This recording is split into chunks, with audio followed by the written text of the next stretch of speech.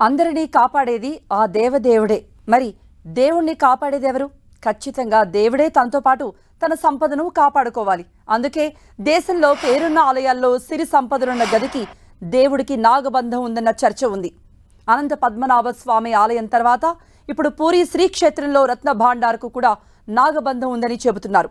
మహిమాన్వితమైన దైవ సన్నిధిలో ఉన్న విలువైన వజ్ర వైఢూర్యాలను నాగబంధమే కాపాడుతోందా? ఇంతకీ నాగబంధం నిజమేనా? ఇన్నాళ్లు రత్న భాండార్ను తెరువనిది అందుకేనా? నాగబంధం ఉంటే గది తాళాలు తెరిచి ఆభరణాలు బయటకు తీసుకురావటం సాధ్యమేనా అంటూ దేశవ్యాప్తంగా ప్రస్తుతం జోరుగా ప్రచారం జరుగుతోంది.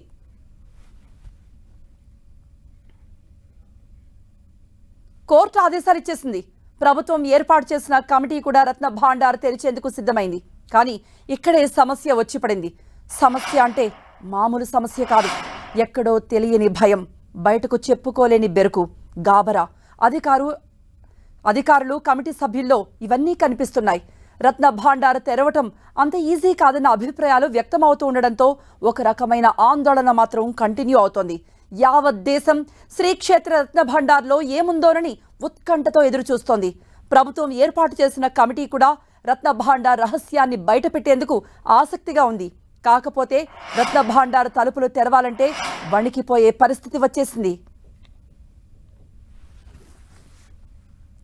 పాముల బుసబుసలు, నాగబంధం ఉందన్న ప్రచారంతో రత్న భాండార్ తెరిచే కమిటీలో ఆందోళన మొదలైంది. స్టాండర్డ్ ఆపరేషన్ ప్రొసీజర్ ప్రకారం ముందస్తు ఏర్పాట్లు చేస్తున్నారు. ఇంట్రెస్టింగ్ విషయం ఏంటంటే ప్రభుత్వం ఏర్పాటు చేసిన కమిటీ ఒక పేరున్న మంత్రగత్తె కోసం వెతుకుతున్నట్టుగా తెలుస్తోంది. అంతేకాదు, మెడికల్ కిట్తో సాయుధ బలగాల వైద్య బృందం, పురాతన వస్తువులు బయటకు తీసే నిపుణుల టీం కూడా అందుబాటులో ఉన్నారు. అంటే రత్న భాండార్ తెరిచే టీంలో ఎంత ఆందోళన ఉందో అర్థమవుతోంది. కొన్నేళ్లుగా రత్న భాండార్ రహస్య గది పెద్ద మిస్టరీగా ఉండిపోయింది. రత్న భాండాగారంలో 3వ గదికి 3 తలుపులు ఉంటాయి. ఒక్కో తలుపునకు ఒక్కో తాళం చొప్పున 3 తాళాలుంటాయి. వీటిలో ఒక తాళం చెవి గజపతి రాజుల దగ్గర, మరో తాళం చెవి దేవాలయ పాలనా అధికారుల దగ్గర, ఇక 3వ తాళం ఆలయ ప్రధాన అర్చకుడు భాండాగర్ ఇన్ఛార్జ్ దగ్గర ఉంటుంది. ఈ 3 తాళాలు ఉంటేనే ఆ గది తలుపులను పూర్తిగా తెరవచ్చు. రత్న భాండాగారంలో మొదటి గదిలో దేవుడి ఆభరణాలుంటాయి. పండగలు, పబ్బాలు వచ్చినప్పుడు ఈ నగల్ని తీసి దేవుడికి అలంకరిస్తూ ఉంటారు. ఇక 2వ గదిలో విలువైన వస్తువులున్నాయి. ఇక 3వ గదిని మాత్రం దశాబ్దాలుగా తెరవనే లేదు. ఎందుకు ఓపెన్ చేయటం లేదో ఎవరికీ అర్థం కావటం లేదు. 1985లో ఆర్కియాలజికల్ సర్వే ఆఫ్ ఇండియా అధికారులు 3వ గది తెరిచేందుకు ప్రయత్నం చేశారు. అయితే 2 తలుపులు తెరవగానే ఆ గదిలో నుండి ఒక్కసారిగా భయానక శబ్దాలు, పాముల బుసలు వినిపించినట్టుగా అధికారులు భయపడి వెనక్కి వెళ్లిపోయారని తెలుస్తోంది. అందుకే రత్న భాండాగారం తెరిస్తే దేశానికే అరిష్టమంటూ హెచ్చరిస్తున్నారు కొందరు శ్రీక్షేత్ర అర్చకులు. దేవుడి ఆదేశాలను కాదని ఎవరైనా తలుపులు తెరిస్తే అంతా సర్వనాశనమేనని, విపత్తులు వస్తాయంటూ చెప్పుకొస్తున్నారు. పూరిలో జగన్నాథుని ఆలయంలో కీలకమైన 3వ గదిలో లెక్కకు మించిన ధనరాశులు ఉన్నాయంటున్నారు. ఈ ధనరాశులకు కాపలాగా లక్షలాది పాములే ఉన్నాయా, లేక 1000 పడగల ఆదిశేషుడే విష్ణుమూర్తి సంపదకు కాపలాగా ఉన్నాడా అనేది ఎవ్వరికీ అంతు చిక్కటం లేదు. పాముల బుసబుసలు వినిపిస్తున్నాయన్న ప్రచారంలో ఎంతవరకు నిజముంది?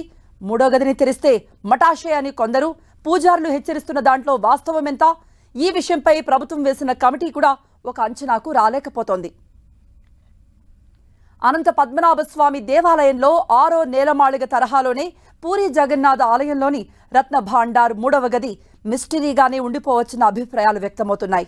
అనంత పద్మనాభ స్వామి ఆలయంలో 6వ నేలమాళిగను తెరిచేందుకు ప్రయత్నాలు జరిగాయి. కానీ నాగబంధం ఉందని భయపడి సిరి సంపదలున్న నేలమాళిగను తెరవకుండా ఆగిపోయారు.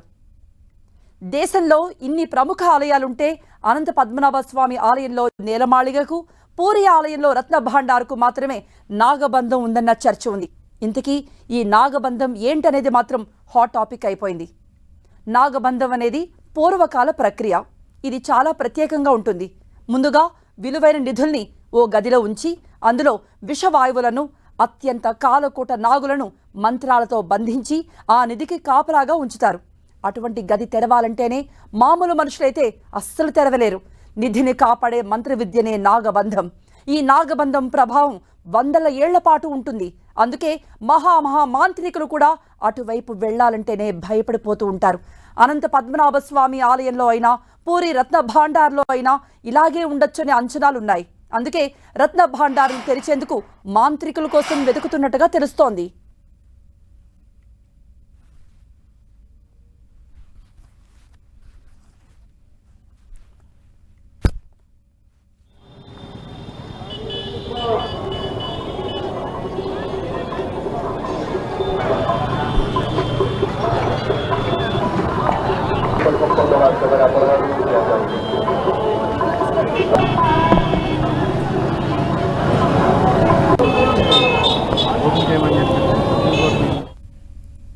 ఓవైపు అనంత పద్మనాభ స్వామి, మరోవైపు పూరి జగన్నాథుడు అపర కుబేరులు.